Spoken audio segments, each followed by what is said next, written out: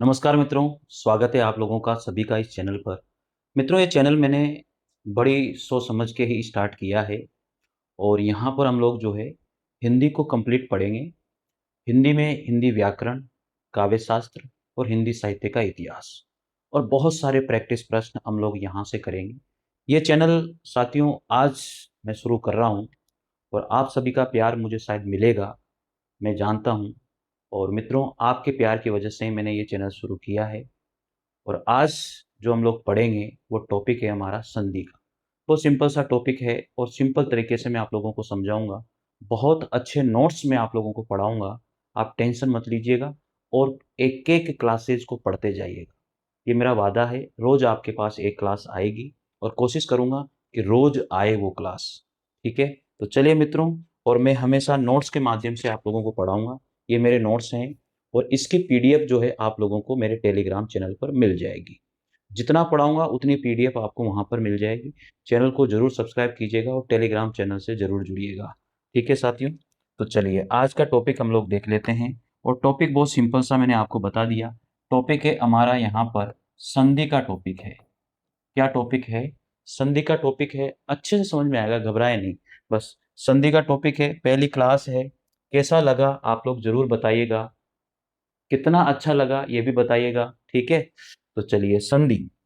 संधि की यहाँ पर अगर मैं उत्पत्ति की बात करूं तो संधि की जो उत्पत्ति हुई है वो कैसे हुई है। व्युत्पत्ति की अगर मैं बात करूं तो संधि की जो उत्पत्ति है वो किस तरह से हुई है। तो संधि आप सबको पता है कि इसमें सम उपसर्ग है और धी यहाँ पर जो है प्रत्यय है। यहाँ पर धी क्या है साथियों? प्रत्यय है। तो ये उपसर्ग है। और यहाँ पर अगर मैं इसकी बात करूं धी की, तो यहाँ पर ये क्या है? मेरा प्रत्यय है। ठीक है, उपसर्ग और प्रत्यय के मेल से संधि शब्द बना है। क्या बना है? संधि शब्द बना है। साथियों आपको पता होगा कि जो सम शब्द है इसके भी तीन चार अर्थ होते हैं, आपको यहीं पर बता देता हूं। एक ये जो सम होता है इसका मतलब होता है बराबर। क्या होता है? बराबर। और एक और होता है, एक और होता है ये वाला सम। तो इसका मतलब क्या होता है? शांति होता है। याद रखना, इसका मतलब क्या है? शांति होता है। ठीक है, और इसका मतलब क्या होता है? जो हमने लिखा है इस सम का मतलब होता है पूर्णतया। इसका मतलब क्या होता है? पूर्णतया। ठीक है भाई, तो ये थोड़ी बहुत जानकारी जो है आप लोगों को मैंने दी है। साथियों जरूर बताइएगा कमेंट करके, तो मैं क्लासेस कंटिन्यू आप लोगों के लिए साथ शेयर करूंगा। मेरी पहली कोशिश है ये इस वीडियो के माध्यम से कि शायद आपको पसंद आएगा। ठीक है, तो ये एमएन हिंदी क्लासेस आप लोगों के लिए ही है और आपके प्यार के साथ ही आगे बढ़ूंगा। साथियों शायद आप प्यार दोगे इस बात का। तो यहाँ पर अगर मैं बात कर दूं तो यहाँ पर इसका शाब्दिक अर्थ क्या हो जाएगा? इसका जो शाब्दिक अर्थ है वो क्या होगा? शाब्दिक अर्थ इसका क्या हो जाएगा साथियों? इसका जो शाब्दिक अर्थ है वो होगा यहाँ पर मेल या पूर्णतया मिलना। इसका शाब्दिक अर्थ है मेल या फिर पूर्णतया मिलना। ये इसका शाब्दिक अर्थ हो जाएगा। ठीक है, तो यहां तक कोई समस्या आपको नहीं होनी चाहिए। आगे बात करेंगे। अगर इसकी परिभाषा की मैं बात करता हूं तो परिभाषा क्या होती है इसकी? परिभाषा आप सबको पता है कि संधि की परिभाषा क्या होती है। दो ध्वनियां या फिर दो वर्ण। ठीक है, बहुत सिंपल सी परिभाषा है। दो ध्वनियां या वर्णों, दो ध्वनियां या वर्णों के परस्पर परस्पर मेल से मेल से उत्पन्न उत्पन्न ध्वनि विकार। उत्पन्न ध्वनि विकार। ध्वनि विकार क्या कहलाता है? उत्पन्न ध्वनि विकार। साथियों विकार का मतलब क्या होता है? परिवर्तन। उत्पन्न या ध्वनि विकार, इसका मतलब क्या होता है? परिवर्तन होता है। ठीक है, उसे ही हम लोग क्या कहते हैं? संधि कहते हैं। परिवर्तन को संधि कहते हैं। ठीक है, संधि कहते हैं। ये सिंपल सी परिभाषा आप लोगों के सामने है। तो दो ध्वनियां मिलती है या दो वर्ण मिले, बात एक ही है। और आपस में परस्पर वो उनका मेल होता है, तो उन ध्वनियों को, उन विकारों को ही हम लोग क्या कहेंगे? संधि कहेंगे। बहुत सिंपल सी डेफिनेशन है ये। ठीक है, आगे बढ़ते हैं इसी क्रम में। साथियों इसी के साथ साथ एक और बात होती है कि जो संधि होती है वो अलग बात है, वहां पर परिवर्तन होता है। लेकिन एक और होता है संयोग, जिसमें कोई परिवर्तन नहीं होता। तो आप यहां पर लिखिए संयोग क्या होता है। संयोग क्या होता है? संयोग में कोई भी परिवर्तन नहीं होता है। इस बात का आप लोग ध्यान रखिए, संयोग में कोई भी परिवर्तन नहीं होता है। तो बहुत सिंपल तरीके से लिखिए यहाँ पर, देखो, दो वर्णों दो वर्णों या ध्वनियों दो वर्णों या ध्वनियों का बिना किसी बिना किसी बिना किसी परिवर्तन के बिना किसी परिवर्तन के आपस में मिल जाना ही संयोग कहलाता है। बिना किसी परिवर्तन के आपस में मिल जाना ही क्या कहलाता है? संयोग कहलाता है। ठीक है साथियों, यहां तक भी बात हमारे समझ में आ गई कि जो संधि होती है उसमें वर्णों में या ध्वनि में विकार उत्पन्न होता है, यानी कि परिवर्तन उत्पन्न होता है, लेकिन यहाँ पर संयोग में कोई भी परिवर्तन नहीं होगा। कैसे होता है इस बात पर भी हम लोग चर्चा करेंगे। यहाँ पर देखिएगा, एक क्वेश्चन यहाँ पर मैं आप लोगों के साथ शेयर करता हूँ। एक प्रश्न है, उसको आप लिखिए। एक प्रश्न लिखिए, किस किस विकल्प में संधि नहीं अपितु संयोग है? लिखो, किस विकल्प में संधि नहीं अपितु संयोग है। ऐसा एक प्रश्न अगर आपके सामने आ जाता है तो आप क्या करेंगे उसके लिए? तो संधि नहीं अपितु क्या माना गया है? एक संयोग वाली बात मानी गई है। कैसे? तो विकल्प दिए हुए हैं यहाँ पर। देखो, नंबर 1 विकल्प में अगर बात करूं, यहाँ पर जो विकल्प है नि प्लस चय, तो क्या बन रहा है? निश्चय। क्या बन रहा है? निश्चय। दूसरा विकल्प यहां पर दिया है मधुर प्लस ता, तो क्या बन रहा है? मधुरता। तीसरा विकल्प अगर यहां पर दिया है, तो तीसरा विकल्प यहां पर है वाक प्लस मय, तो क्या बन रहा है? वांगमय। ठीक है।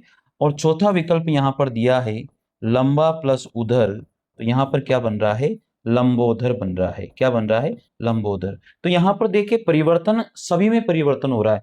यानी कि मैं बात करूं कि इसमें भी परिवर्तन हो रहा है, इसमें भी परिवर्तन हो रहा है, इसमें भी परिवर्तन हो रहा है, लेकिन इसमें कोई परिवर्तन नहीं हो रहा है। यानी कि डायरेक्ट जुड़ गया, मधुर प्लस ता, यानी कि ता इसमें डायरेक्ट जुड़ गया। तो जहां पर कोई परिवर्तन नहीं होता है वहां पर संधि क्या होती है? नहीं होती है, वहां पर संयोग होता है। ये बात आप लोगों को अच्छे से समझ लेनी है मेरे बंधुओं। समझ लिया होगा, यहां तक कोई समस्या आपको नहीं होनी चाहिए। ठीक है, तो ये प्रश्न के माध्यम से मैंने आपको समझा दिया संयोग क्या होता है और संधि क्या होती है। ठीक है, चलिए आगे बढ़ते हैं हम इसी क्रम में। मैं आपको मेरे नोट्स जो हैं उसके माध्यम से पढ़ा रहा हूँ, सारी चीजें नोट्स के माध्यम से पढ़ाऊंगा और आप लोगों को मैं इसकी पीडीएफ टेलीग्राम चैनल पर डाल दूंगा। ठीक है भाई, चलिए आगे देखते हैं। अब संधि की परिभाषा हमने देख ली थी, समास की परिभाषा भी आप देख लीजिए। अंतर क्या होता है?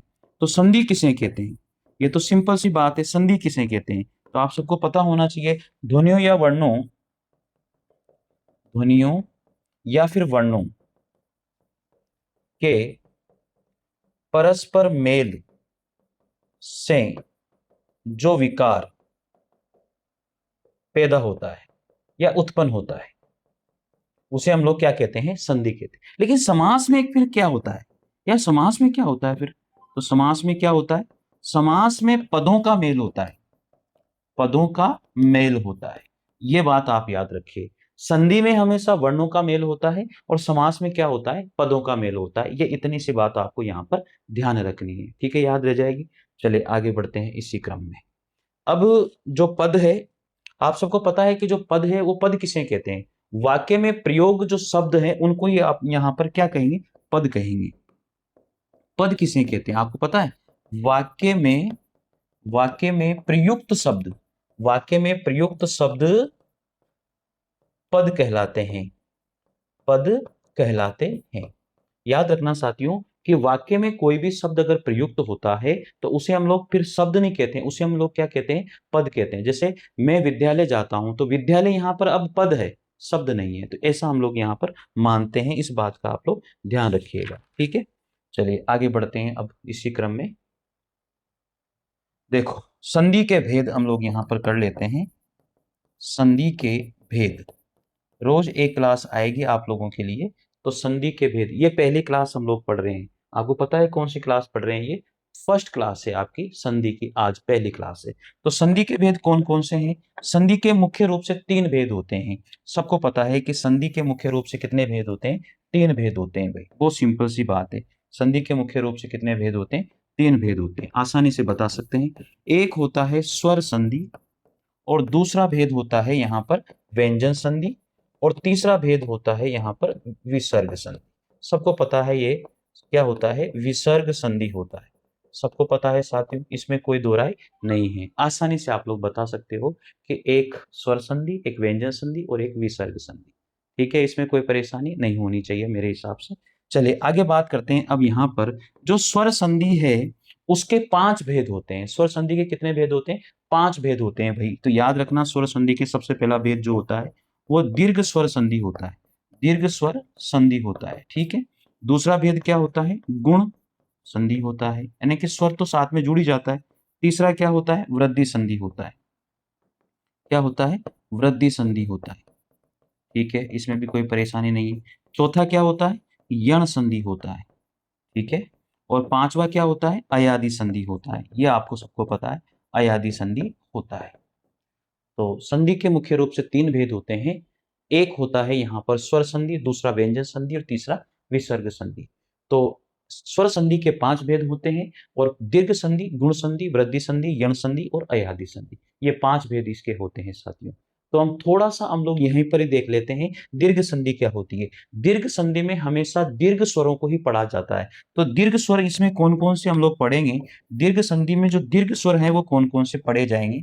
एक तो आ, बड़ी ई और बड़े ऊ, ये दोनों तीनों ही दीर्घ स्वर हैं अपने अपने विभाग के, एक तरह से ये मान के चलो। गुण संधि में हम लोग क्या पढ़ेंगे? छोटे ए को पढ़ेंगे और एक छोटे ओ को हम लोग यहाँ पर पढ़ते हैं। इसके बाद में वृद्धि संधि में हम किसको पढ़ेंगे? बड़ा ए हो जाएगा और बड़े ओ को हम लोग यहाँ पर पढ़ने वाले हैं। क्या क्या हो जाएंगे? ठीक है। यण संधि में हम लोग किसको पढ़ेंगे? यण संधि में य और व को पढ़ा जाता है। अयादि संधि में किसको पढ़ा जाता है? य और व को पढ़ा जाता है। तो यहां पर थोड़ा सा बता देता हूं, व्यंजन क्या होता है? आधा होता है, याद रखिएगा। और यहां पर व्यंजन क्या होता है? पूरा होता है। व्यंजन पूरा होता है। ये बहुत सिंपल सी बात है। य और व के आगे कोई व्यंजन अगर आधा है तो वहां पर याद रखें यण संधि है, और य और व के आगे व्यंजन पूरा है तो वहां पर अयादि संधि है। हम लोग इसको समझेंगे कैसे ये होता है। सारी चीजों को जब हम लोग पढ़ेंगे, एक एक संधि को देखेंगे तो वहां पर सारी चीजें आप लोगों को समझ में आ जाएगी। संधि है, आप सबको पता है कि स्वर संधि है। कौन सी संधि है? स्वर संधि। स्वर संधि है। सबसे पहले कौन सी संधि की बात करेंगे? स्वर संधि की बात करेंगे। तो स्वर संधि की एक सिंपल सी परिभाषा हम लोग यहाँ पर लिख लेते हैं। इसकी परिभाषा सिंपल सी क्या हो जाएगी? स्वर संधि की एक सिंपल सी परिभाषा है भाई। तो क्या परिभाषा है? दो या दो दो स्वरों के परस्पर मेल परस्पर मेल से परस्पर मेल से दो स्वरों के परस्पर मेल से उत्पन्न उत्पन्न ध्वनि उत्पन्न ध्वनि विकार को उत्पन्न ध्वनि विकार को स्वर संधि कहते हैं। उत्पन्न ध्वनि विकार को क्या कहते हैं? स्वर संधि कहते हैं। बस ये सिंपल सी बात यहां पर आपको ध्यान रखनी है। अगर कोई भी दो स्वर हैं, वो परस्पर मिल रहे हैं और उसमें कोई विकार उत्पन्न हो रहा है, तो वहां पर उसे हम लोग क्या कहेंगे? स्वर संधि कहते हैं। बहुत सिंपल तरीके से इसको समझने की कोशिश करते हैं। देखो यहां पर जिस तरह से मैंने यहाँ अ लिखा, फिर यहाँ अ लिखा और इधर मैंने आ लिख दिया, तो मैंने कहा आपसे कि दोनों अ मिलके आ बनाते हैं। तो यहां पर दो स्वर हैं और तीसरे स्वर का निर्माण करते हैं, लेकिन अ नहीं बना, कोई नया ही स्वर बना है। इसमें इसका मतलब परिवर्तन हुआ है। तो ये परिवर्तन होना ही संधि है। दो स्वरों के मेल से, दोनों स्वर हैं और तीसरा भी स्वर ही बनेगा, इसलिए कहा जाता है कि ये स्वर संधि है। और कोई इसमें बड़ी बात नहीं है। ठीक है भाई, यहां तक कोई समस्या आपको नहीं होनी चाहिए। ठीक है। अब बात करेंगे दीर्घ संधि की। सबको पता है कि दीर्घ संधि, स्वर संधि के भेद मैंने आपको बता दिए। तो स्वर संधि का पहला भेद है कौन सा? दीर्घ संधि। स्वर संधि का पहला भेद क्या हो जाएगा? दीर्घ संधि हो जाएगा। तो नंबर 1, स्वर संधि का पहला भेद है दीर्घ संधि, यानी कि दीर्घ स्वर संधि हम इसे कह सकते हैं, बहुत सिंपल तरीके से अगर बात की जाए तो इसकी परिभाषा की अगर मैं बात करूं आपके सामने, तो इसकी परिभाषा क्या हो जाएगी? बहुत सिंपल सी इसकी परिभाषा है मेरे मित्रों। इसकी बहुत सिंपल, दो सजातीय स्वर, याद रखना, दो सजातीय स्वर, बहुत सिंपल सी परिभाषा दे सकता हूं मैं इसकी। दो, कलर चेंज कर लेते हैं, दो सजातीय ह्रीश्व, ह्रीश्व या फिर कह सकते हैं दीर्घ, ह्रीश्व या फिर दीर्घ स्वर परस्पर मिलकर, स्वर ह्रीश्व या दीर्घ स्वर, स्वर परस्पर मिलकर, परस्पर मिलकर, परस्पर मिलकर दीर्घ में बदल देते हैं, दीर्घ में बदल जाते हैं, दीर्घ में बदल जाते हैं, बदल जाते हैं। याद रखना कि दो सजातीय ह्रीश्व स्वर या फिर दीर्घ स्वर कोई भी हो सकता है आपस में, पहले ह्रीश्व स्वर भी हो सकता है, बाद में दीर्घ स्वर भी हो जाता है, लेकिन ऐसा है कि ह्रीश्व स्वर होगा तो भी उसी में बदलेगा, स्वर में बदलेगा। तो याद रखना कि दो सजातीय ह्रीश्व या दीर्घ स्वर परस्पर मिलकर के किस में बदलते हैं, दीर्घ स्वर में बदल जाते हैं या दीर्घ स्वर में बदल लेते हैं अपने आप को, तो बदल जाते हैं, वहां वहां दीर्घ संधि होती है, वहां पर क्या होती है, दीर्घ स्वर संधि होती है, दीर्घ स्वर संधि, संधि होती है। ये आप अच्छे से इस परिभाषा को ध्यान रख लीजिए, बहुत सिंपल सी परिभाषा है। चलिए आगे बात करते हैं। अब यहां पर इसमें तीन फॉर्मूले हम लोग यहां पर देखेंगे, इसके तीन फॉर्मूले हैं, यानी कि तीन सूत्र हैं इसके। तो पहला सूत्र तो इसका क्या है आप सबको पता है, अगर अ या आ के बाद में अ या फिर आई अगर आता है तो वो यहां पर किस में बदल जाता है, आ में ही बदलता है भाई। ये पहला फॉर्मूला, तो हम इसको ये पढ़ेंगे। इसके बाद में दूसरा फॉर्मूला यहां पर आता है, अगर ई या ई के बाद में कोई भी ई या ई अगर आती है तो ये भी किसमें बदल जाती है, ई में ही बदल जाती है। ये दूसरा इसका फॉर्मूला हो गया। तीसरा इसका फॉर्मूला हम लोग यहां पर क्या पढ़ेंगे कि ऊ या ऊ के बाद में कोई भी बड़ा ऊ या छोटा ऊ अगर आता है तो वो तीसरे यानी कि यहां पर बड़े ऊ में बदल जाता है। तो इन तीन स्वर दीर्घ स्वरों को हम लोग यहां पर पढ़ने वाले हैं। ये आपस में कैसे भी बदलें, बनेंगे हमेशा दीर्घ ही, इसलिए इसको दीर्घ संधि या दीर्घ स्वर संधि कहा है, क्योंकि ये स्वर है और बनने वाला भी स्वर ही है लेकिन दीर्घ में बदल रहा है, इसलिए हम इसको क्या कहते हैं, दीर्घ स्वर संधि कहते हैं। ठीक है मित्रों, तो यहां तक कोई समस्या आपको नहीं होनी चाहिए। आगे बढ़ जाएं, चलिए। अब यहां पर सबसे पहले नंबर एक पर बात करेंगे। सबसे पहला है यहां पर हमारा ये पहला, ठीक है। तो अ या फिर आ के बाद में, अ फिर या आ के बाद में, ठीक है, अ या फिर आई अगर आता है तो ये यहां पर आ में ही बदल जाता है। तो ये पहला फॉर्मूला है जिसके उदाहरण हम लोग यहां पर देखेंगे, और ये पहला फॉर्मूला जो है ये दीर्घ संधि का पहला फॉर्मूला है। ठीक है, पहला सूत्र है, आगे पीछे प्लस के पहले आगे पीछे कहीं भी कुछ भी आए हमेशा आई बनेगा। तो एक एक उदाहरण हम लोग यहां पर देखने वाले हैं। ये जो यहां पर मैंने आपके सामने जो पहला सूत्र लिखा है, इसमें से चार सूत्र यहां से निकलते हैं। देखो कैसे निकलते हैं, मैं आपको एक एक निकाल के बताता हूं। अगर मैंने लिखा यहां पर अ प्लस अ तो भी क्या मिलेगा, मुझे आई मिलेगा। यहां पर मैंने लिखा अ प्लस आ तो भी मुझे क्या मिलेगा, आई मिलेगा। तीसरा मैंने यहां पर लिखा आ प्लस अ तो भी मुझे क्या मिलेगा, आई मिलेगा। और चौथा मैंने यहां लिखा आ प्लस आ तो भी मुझे क्या मिलेगा, यहां पर आई मिलेगा। तो इस तरह से उस एक फॉर्मूले में से ये चार फॉर्मूले निकलते हैं जिनको अलग अलग हमें पढ़ना होता है। तो यहां पर एक एक करके हम लोग पढ़ेंगे। ठीक है, मैंने आपको बता दिया है, एक एक करके हम लोग यहाँ पर देखने वाले हैं और सभी के उदाहरण देखेंगे। बहुत अच्छे उदाहरण मैं करवाऊंगा आप लोगों को, मेरे नोट्स के माध्यम से मैं आपको उदाहरण करवाऊंगा, प्लस बुक्स में जितने इंपॉर्टेंट क्वेश्चन दिए होंगे इस बुक्स में वो इंपॉर्टेंट उदाहरण भी मैं आपको कराने वाला हूं। तो एक एक उदाहरण आप यहां पर बनाइए, नोट्स अच्छे से बनाइए, कोई दिक्कत वाली बात नहीं है।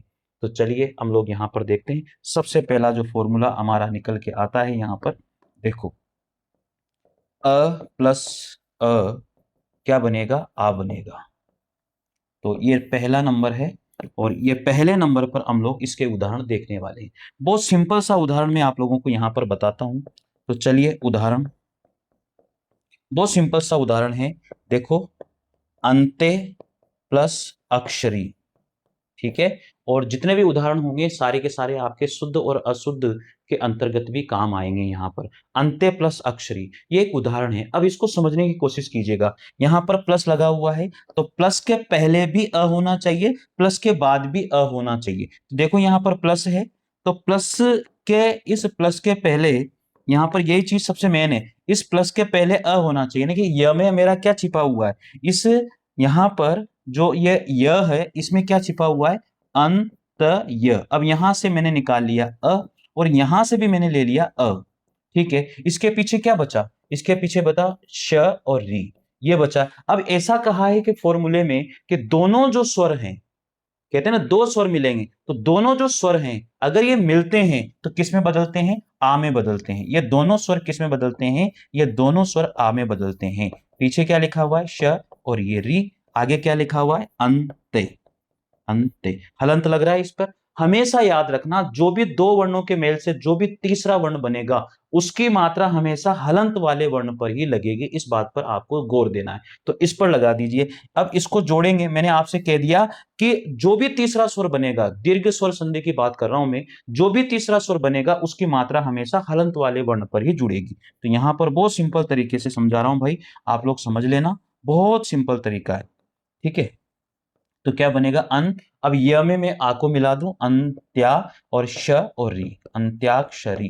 तो ये याद रखना, अंत्याक्षरी ये सही है, अंत्यक्षरी सही नहीं है, अंत्याक्षरी सही शब्द है। तो इस तरह से आप लोगों को बनाना है। कर लोगे क्या, कोई परेशानी वाली बात मुझे नहीं लग रही, इसमें कोई दिक्कत होगी आप लोगों को। चलिए अब हम लोग देखते हैं यहाँ पर एक एक उदाहरण को, और उदाहरण देखते हैं यहाँ पर। ठीक है, और उदाहरण देखते हैं यहाँ पर। बहुत सिंपल तरीके से समझा रहा हूं भाई, समझ लेना अच्छे से। अक्ष प्लस अंश, पहले उदाहरण लिख लेते हैं, अक्ष प्लस अंश। और दूसरा उदाहरण है यहां पर अध्य प्लस अवधि, अध्य प्लस अवधि, अध्य प्लस अवधि, अध्य प्लस अवधि, अवधि। और तीसरा उदाहरण है अक्ष प्लस अंश, ये तो मैंने लिखा दिया आपको, अधि प्लस अधिक, अधि प्लस अधिक। इसमें देखना आप लोग, अधि प्लस अधिक, अधिक प्लस अधिक हो जाएगा मेरे, इस अधिक प्लस अधिक नहीं होगा इसमें, इसमें अधिक प्लस अधिक होगा। इसको सही करो, अधिक प्लस अधिक, अधिक प्लस अधिक, सही है क्या। और सारे इंपॉर्टेंट उदाहरण लिखाऊंगा जो मैंने मेरे नोट्स में लिखे, वही उदाहरण आपको इंपॉर्टेंट लिखाऊंगा, ऐसे कोई फर्जी उदाहरण नहीं लिखाऊंगा। ठीक है, और लिखा है मैंने वूह प्लस अपोह, चौथा उदाहरण है ऊह प्लस अपोह। ठीक है, पांचवा उदाहरण है जठर प्लस अग्नि, जठर प्लस अग्नि। ठीक है, छठा उदाहरण आता है दाव प्लस अग्नि, दाव प्लस अग्नि। और सातवां उदाहरण आता है यहां पर आत्म प्लस अवलोकन, आत्म प्लस अवलोकन। ठीक है, आठवां उदाहरण आता है नयन प्लस अभिराम, नयन प्लस अभिराम। और नवा उदाहरण आता है यहां पर लोहित प्लस अंग, लोहित प्लस अंग। ठीक है, और 10वां उदाहरण यहां पर आता है विरह प्लस अनल। ठीक है, और 11वां उदाहरण है यहां पर मर्म प्लस अंतक, मर्म प्लस अंतक। और 12वां उदाहरण है यहां पर स प्लस अवधि, स प्लस अवधि। तो ये इतने सारे उदाहरण मैंने आपको लिखा दिए हैं, बहुत सारे उदाहरण लिखाऊंगा आपको, इतने सारे उदाहरण लिखा दूंगा कि आपको मतलब टेंशन लेनी नहीं है, और सारे इंपॉर्टेंट उदाहरण लिखाऊंगा। चलिए हम एक एक उदाहरण को यहाँ पर देखते हैं किस तरह से बनता है। देखो यहाँ पर बहुत सिंपल तरीके से मैंने आप लोगों को ये इधर लिखाया हुआ है, बस इधर आपको उसको सोचना है। तो देखो श यहाँ पर क्या है, अ मिल जाएगा इसमें। ठीक है, क बनता है ना, क और श के मिल, क और स से और प्लस अ से मिलके, तो इसमें अ है और यहाँ पर भी अ है, दोनों अ मिलके क्या बनाएंगे, आ बनाएंगे, और अंग तो उस पर रहेगा ही रहेगा। तो यहाँ पर अगर मैं जोड़ता हूं तो यहाँ पर क्या बनेगा, अ श, फिर ये बिंदी तो ऊपर लगेगी लगेगी और पीछे अक्षांश बन जाएगा। बहुत सिंपल है। इस तरह देखो यहाँ पर क्या बनेगा, अध्य प्लस अवधि, य के य पूरा है इसमें, तो य में अ छुपा हुआ है और यहाँ पर भी अ है, दोनों अ को मिलाऊंगा तो क्या बनेगा, यध्यावधि बन जाएगा, अध्यावधि बन जाएगा। ठीक है, अध्यावधि हो जाएगा।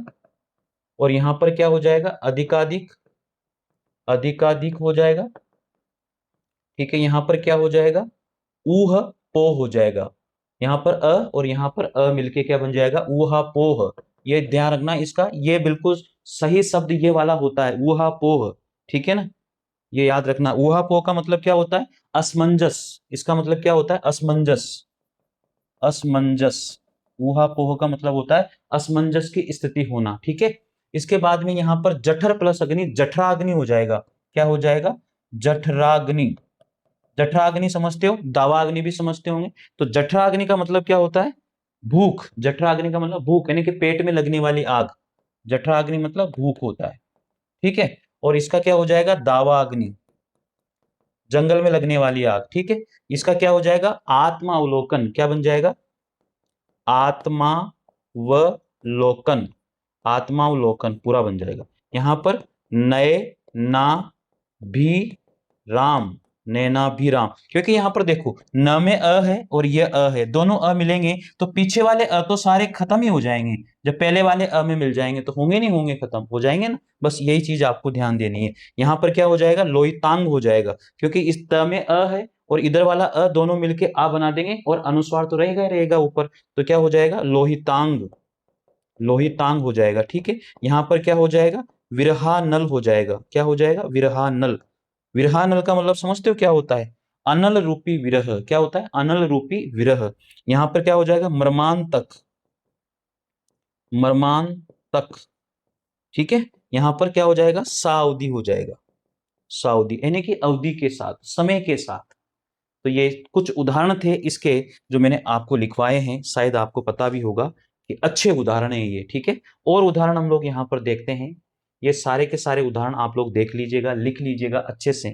ठीक है, और उदाहरण मैं आप लोगों को लिखवाने वाला हूँ। निश्चित अवधि में यानी कि पूर्ण होने वाली जो भी चीजें होती है उनको कहते हैं। लिख लिया होगा आप लोगों ने, बढ़े आगे।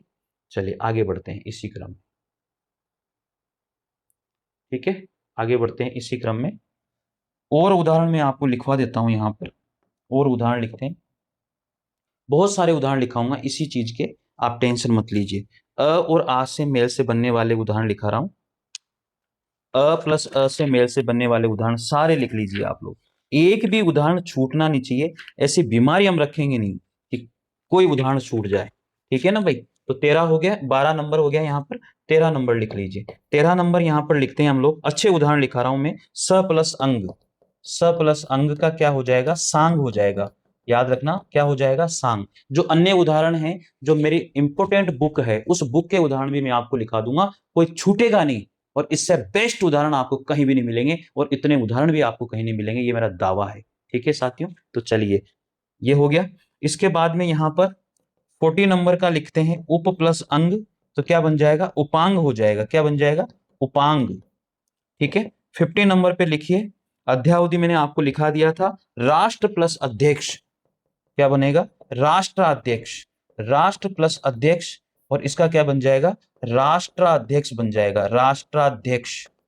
ठीक है, इसके बाद में यहां पर है अ, मृगांक, मृग प्लस अंक, मृग प्लस अंक, अंक। तो इसका बन जाएगा मृगांक। याद रखना, जितने भी इस किताब में इंपॉर्टेंट उदाहरण होंगे ना वो भी लिखा दूंगा, आप टेंशन मत लो। हो गया यहां तक। पूर्णांक 17 नंबर पर, पूर्ण प्लस अंक, पूर्णांक हो जाएगा, पूर्णांक।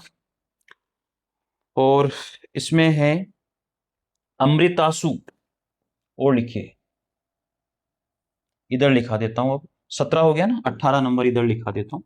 लिखिए यहां पर 18 number, him plus Adraee, him plus Adraee.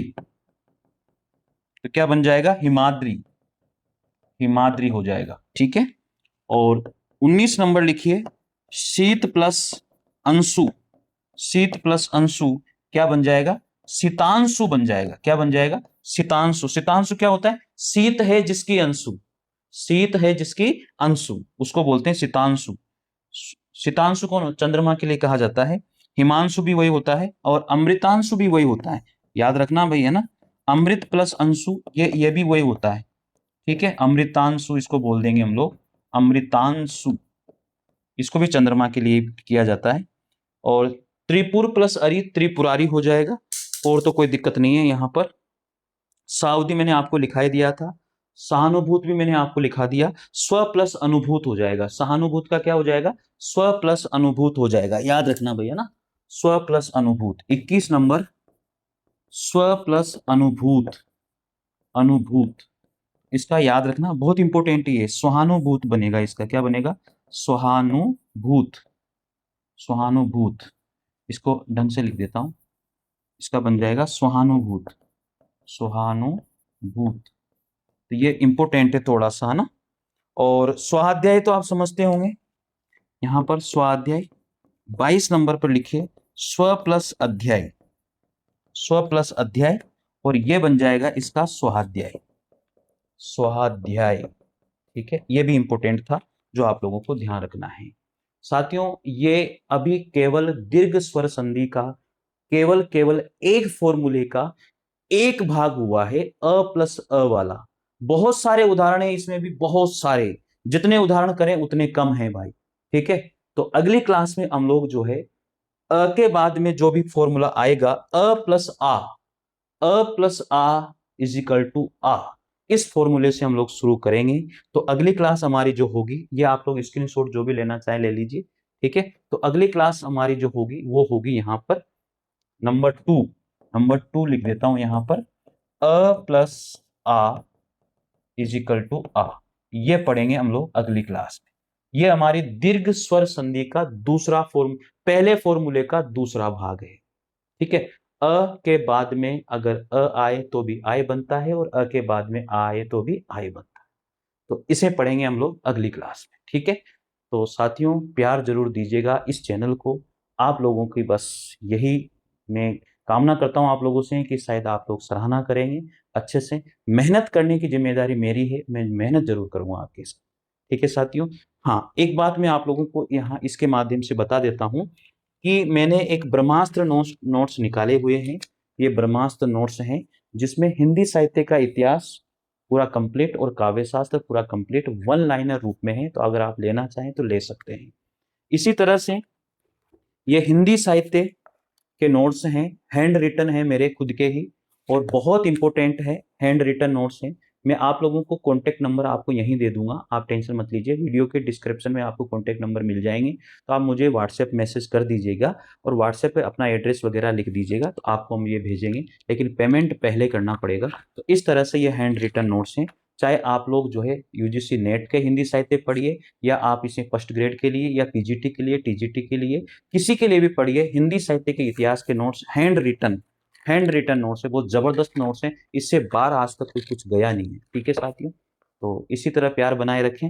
आप लोगों को मैं इन्हीं नोट्स के माध्यम से पूरा कंप्लीट हिंदी साहित्य का इतिहास, ग्रामर, तो संधि का टॉपिक मैंने उठाया है। थोड़ा सा इजी टॉपिक सभी को लगता है, लेकिन आपको और इजी लगे इसके लिए ज्यादा से ज्यादा उदाहरण मैं आपको यहाँ पर करवाऊं, ये मैं हमेशा सोचता हूँ। ठीक है साथियों, मिलते हैं अगली दूसरी क्लास में, संधि की दूसरी क्लास ये वाली रहेगी। ठीक है, थैंक यू, जय हिंद, जय भारत, धन्यवाद।